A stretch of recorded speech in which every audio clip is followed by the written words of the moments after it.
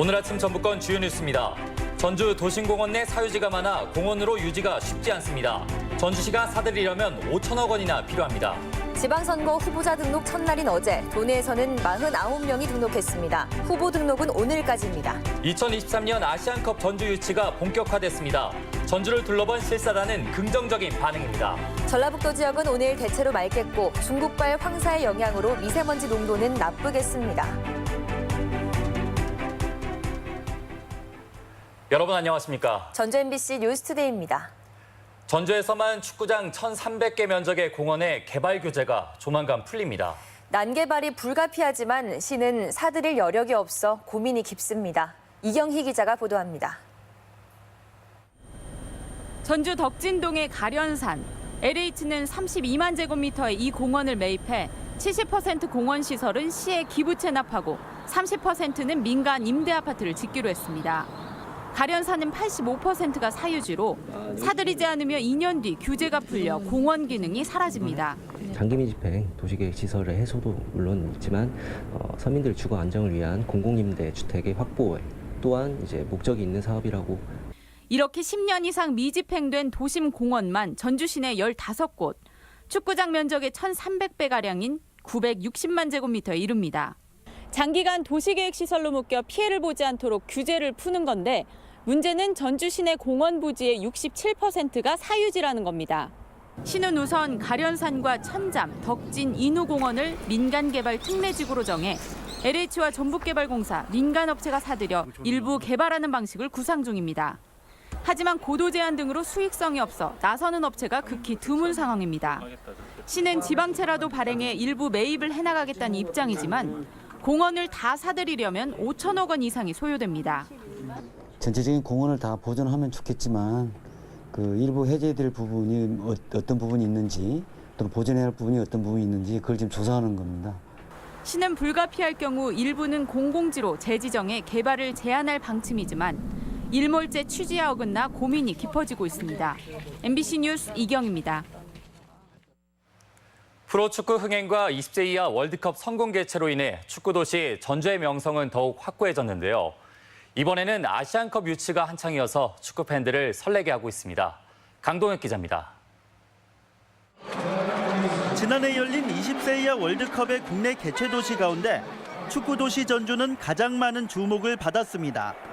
경기당 최대 4만 관중을 불러 모은 뜨거운 축구 열기는 사상 처음 월드컵 대표팀 출정식 유치로까지 이어졌습니다. 그런데 또 한 번 세계인들에게 축구도시 전주를 알릴 기회가 찾아왔습니다. 우리나라가 2023 아시안컵 유치를 위해 중국과 경합을 벌이고 있는데 전주가 개최 도시에 이름을 올렸기 때문입니다. 아시아 축구연맹 실사단이 개최를 희망하는 도시를 살펴보기 위해 전주를 찾았습니다. 실사단은 프레젠테이션을 통해 전주의 탄탄한 축구 인프라와 성공 개최 자신감을 확인했습니다. 또 그라운드 잔디 상태와 선수 대기실 등을 꼼꼼히 둘러보기도 했습니다. We know Jeonju city very well and we were really happy to have this city being included as one of the candidate cities. 개최지는 오는 10월 회원국 투표로 결정되며 유치에 성공하면 전주에서 최소 5경기가 열립니다. 운동장 시설 및 수바 시설, 특히 전북에 관중이 많기 때문에 무난하게 유치하리라고 믿고 있습니다. 60여 년 만에 아시안컵 유치로 전주가 축구도시로 다시 한번 이름을 높일 수 있을지 기대됩니다. MBC 뉴스 강동엽입니다. 홍명보 축구협회 전무이사가 월드컵 출정식 홍보를 위해 전주에 왔습니다. 홍 전무이사는 기자회견을 통해 지방선거로 월드컵에 대한 관심이 적다며 오는 6월 1일 전주 월드컵 경기장에서 열리는 출정식에 많은 관심을 부탁했습니다. 당일 월드컵 대표팀의 보스니아 헤르체고비나전과 출정식은 MBC를 통해 중계됩니다.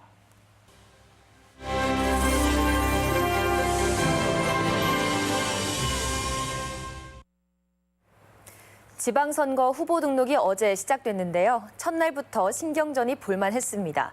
후보들은 상대와 차별화 공약을 내걸며 선거전을 본격화했습니다. 김한관 기자입니다. 지방선거 후보 등록이 시작된 첫날, 도선거관리위원회가 아침부터 붐볐습니다. 등록 시작과 함께 줄지어 들어온 교육감 후보 5명은 서류 제출을 마친 뒤 선전을 다짐하며 손을 맞잡았습니다. 도지사 출마자 5명도 오전 10시부터 후보 등록 장소를 찾았습니다. 비로소 지방선거 후보 자격을 얻었는데 선거전 시작부터 결기 가득한 출사표로 각을 세웠습니다. 짧은 선거 기간 동안에 정말 열심히 부지런히 도민 곁으로 다가가서 도민의 마음을 얻는데 저의 정성을 다할 것입니다. 제가 그 4번 타자의 선두에 서서 전북을 살리는데, 전북에 희망을 심는데, 도민을 잘 섬기는데 약속을 지키는 그런 도지사가 될 수 있도록 노력하겠습니다. 진보정당 도지사 후보 사이에서는 등록 후 상징적인 첫 일정에서부터 차별화 경쟁이 벌어졌습니다. 마을 단위에서부터 스스로 자기 경제와 복지를 만들어 나가는 마을 공동체, 이걸 기반으로 한 완전한 변화를 만들어내고 싶습니다. 농민들을 만나서 농업태 개혁, 농업태 혁명을 이야기하고 우리 그 혁명의 대열에 함께하자라고 호소하고 농민들과 함께할 것입니다. 한국당 도지사 후보는 출마가 늦은 만큼 존재가 말리기부터가 고민이었습니다. 경제가 하는 당이 있어야겠다. 전라북도. 그리고 지금 어려운 전라북도를 정말 자유한국당 제 신재봉이가 앞장서서 정말로 전환위복을 하기 위한 시장 군수와 지방의원 입지자들도 서둘러 후보 등록을 마치자마자 민심 깨안기에 들어갔습니다.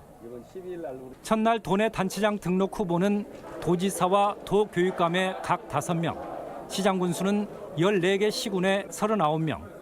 후보 등록이 시작되면서 지방선거전의 경쟁도 본격화했습니다. MBC 뉴스 김한과입니다. 지방선거에 출마하는 단체장 후보의 공약과 정책을 검증하는 시간. 오늘은 진안군입니다. 진안군은 마이산 케이블카 설치를 놓고 군수 후보들의 입장이 첨예하게 맞서고 있어 표심을 가르는 기준이 될 전망입니다. 유룡 기자의 보도입니다. 말 귀처럼 우뚝 솟은 바위산, 풍화작용으로 움푹움푹 패인 기이한 지형. 진안의 명물 마이산이 이번 선거의 가장 큰 쟁점으로 부상했습니다. 재선에 도전하는 이항로 후보는 마이산을 국제적인 관광지로 개발하기 위해 산의 남북을 연결하는 교통수단이 필수적이라며 케이블카 건설을 제1의 공약으로 내세웠습니다. 케이블카를 어떻게든지 놔야 됩니다. 그리고 아이와 엄마와 할아버지가 함께 어울려서 즐길 수 있는 워터파크 반드시 해야 합니다. 귀농 귀촌센터장 출신 박수 후보는 환경평가에서 부동의 결정이 난 만큼 케이블카를 백지화하고 예산을 환수해 농민과 청년에게 월 20만 원의 기본소득을 제공하겠다고 제안합니다. 마이산은 세계적인 자연유산입니다. 케이블카는 말도 안 되는 사업입니다. 경제성도 없습니다. 수백억의 예산 낭비를 막아야 합니다.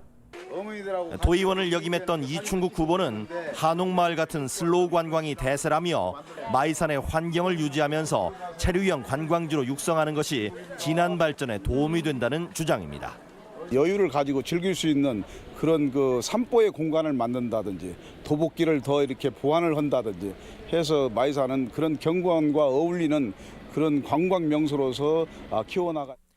이충국 후보는 이 밖에도 토 세력이 좌우하는 지방 정치의 쇄신, 불합리한 조례와 규칙 개정, 농업인 회의소 설치 등을 공약으로 내세웠습니다.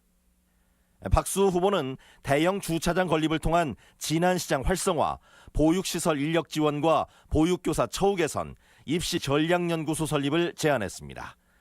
이항로 후보는 홍삼산업 활성화와 진안 고원 축산 브랜드 육성, 주변 도시의 로컬 푸드 매장 개설, 군민 참여 정책 토론회 개최 등을 공약했습니다. MBC 뉴스 유룡입니다. 정읍시장 재경선 결과에도 부정 시비가 이어지고 있습니다. 정읍시장 재경선에서 탈락한 김석철 예비후보는 이수혁 지역위원장이 특정 후보 밀어주기 등의 경선 부정을 저질렀다며 중앙당의 진상규명 진정과 함께 공직선거법 위반 등의 혐의로 고발 방침을 밝혔습니다. 한편 정읍시장 경선에서 1위를 하고도 중앙당 최고위원회에서 경선 배제된 이학수 후보는 무소속으로 출마하겠다는 입장을 분명히 했습니다. 참여자치 전북시민연대에서 우리 지역 살리기 정책을 발굴해 후보들의 채택을 촉구했습니다. 참여연대는 투명한 지방자치를 위해 재량사업비 폐지와 공공기관장 인사청문회, 민생보호를 위한 대기업 불공정 피해 상담센터 설치 등 8가지의 정책과제를 제시했습니다. 참여연대는 또 후보들에게 공약 채택을 요구한 뒤 실행과 이행 감시 활동 방침도 밝혔습니다. 청소년들의 꿈과 끼를 마음껏 발산하는 대한민국 청소년 박람회가 군산에서 시작됐습니다. 전국 단위 청소년 박람회가 전북에서 열린 건 처음입니다. 임홍진 기자입니다.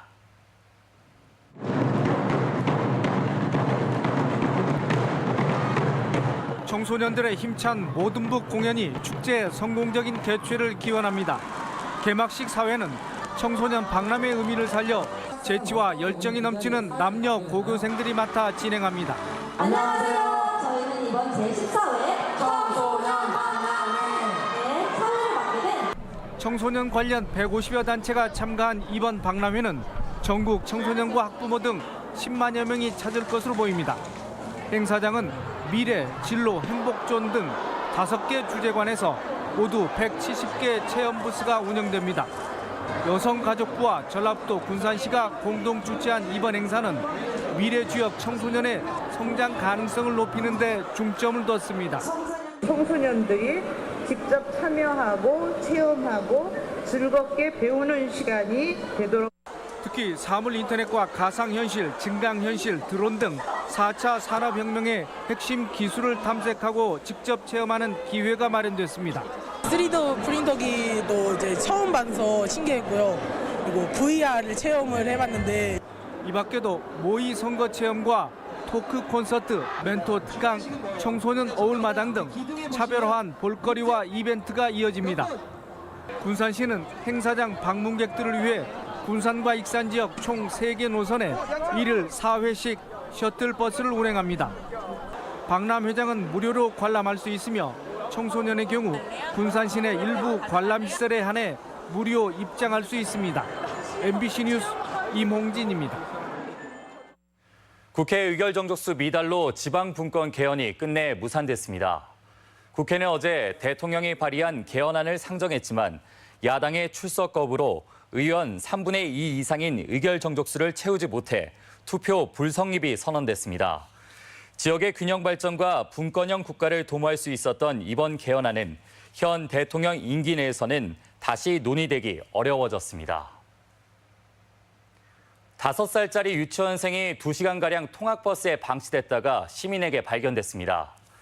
지난 23일 오전 11시 20분쯤 군산시 지곡동 한 아파트 주차장에 주차된 유치원 버스에서 5살 여자 어린이가 울고 있는 것을 지나가던 시민이 발견해 경찰에 신고했습니다. 경찰은 아이가 오전 9시 반부터 2시간가량 차량에 방치돼 있었다며 운전기사를 상대로 사건 경위를 조사하고 있습니다. 검찰 직원을 사칭한 전화금융사기에 2억 원 가까운 돈을 송금했다는 신고가 접수돼 경찰이 수사에 나섰습니다. 전북경찰청에 따르면 어제 아침 6시쯤 67살 A씨로부터 검찰청 직원이라는 사람이 금융감독원 계좌로 돈을 보내라고 해 1억 8,800만 원을 보냈다는 112 신고가 접수됐습니다. 경찰은 신고 직후 해당 계좌를 지급 정지하고 용의자 추적에 나섰습니다.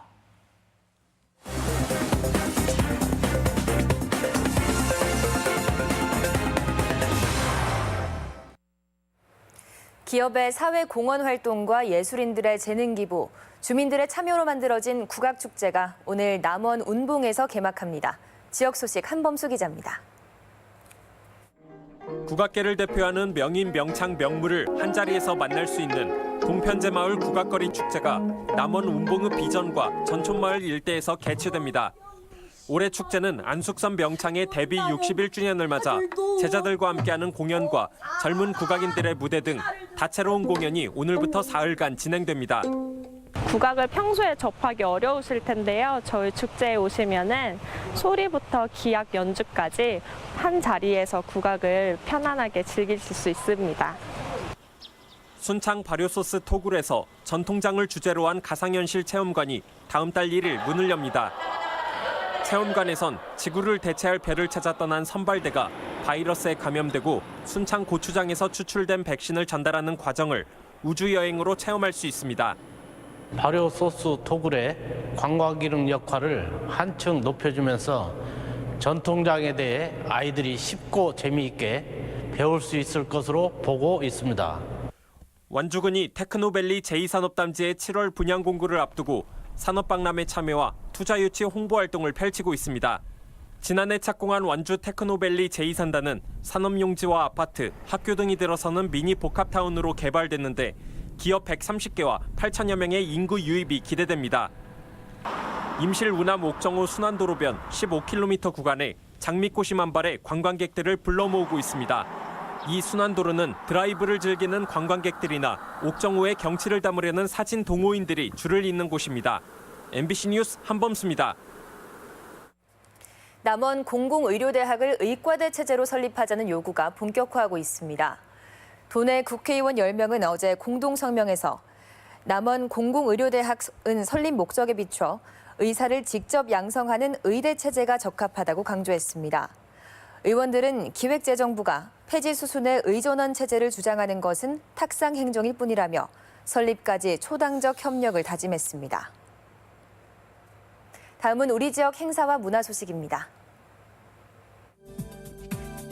정읍의 권본 문화와 역사를 담아낸 음악 무용극 헤어화 다시 피다가 내일부터 9월 8일까지 고택 문화체험관 무대에 오릅니다. 그림 자극을 보면서 클래식 연주도 듣는 공연이 오늘 부안예술회관에서 무료로 열립니다. 활발히 활동 중인 김영주 트리오의 재즈 연주회가 내일 완주 삼례 책마을 문화센터에서 마련됩니다. 익산시 교향악단이 오늘 예술의 전당에서 우수 신예초청 협주곡의 밤을 엽니다. 리처드 용재온일과 임동혁 듀오 리사이틀이 다음 달 2일 한국소리문화의 전당에서 열립니다.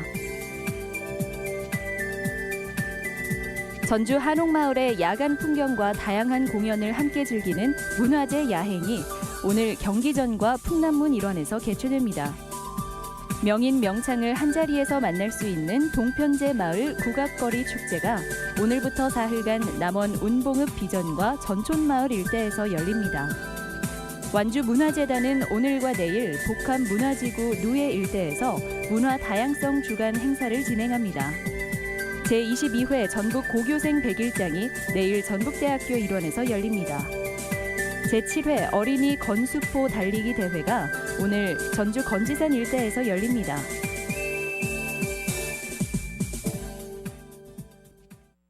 (5월 25일) 금요일 전북권 날씨입니다. 전라북도 지역은 오늘 대체로 맑겠지만 중국발 황사의 영향으로 미세먼지 농도는 나쁘겠습니다. 낮 최고 기온은 진안 24도, 전주 26도, 군산 25도 등 24도에서 26도의 분포로 어제와 비슷하겠습니다. 바다의 물결은 서해남부 전해상에서 0.5에서 1m로 일겠습니다.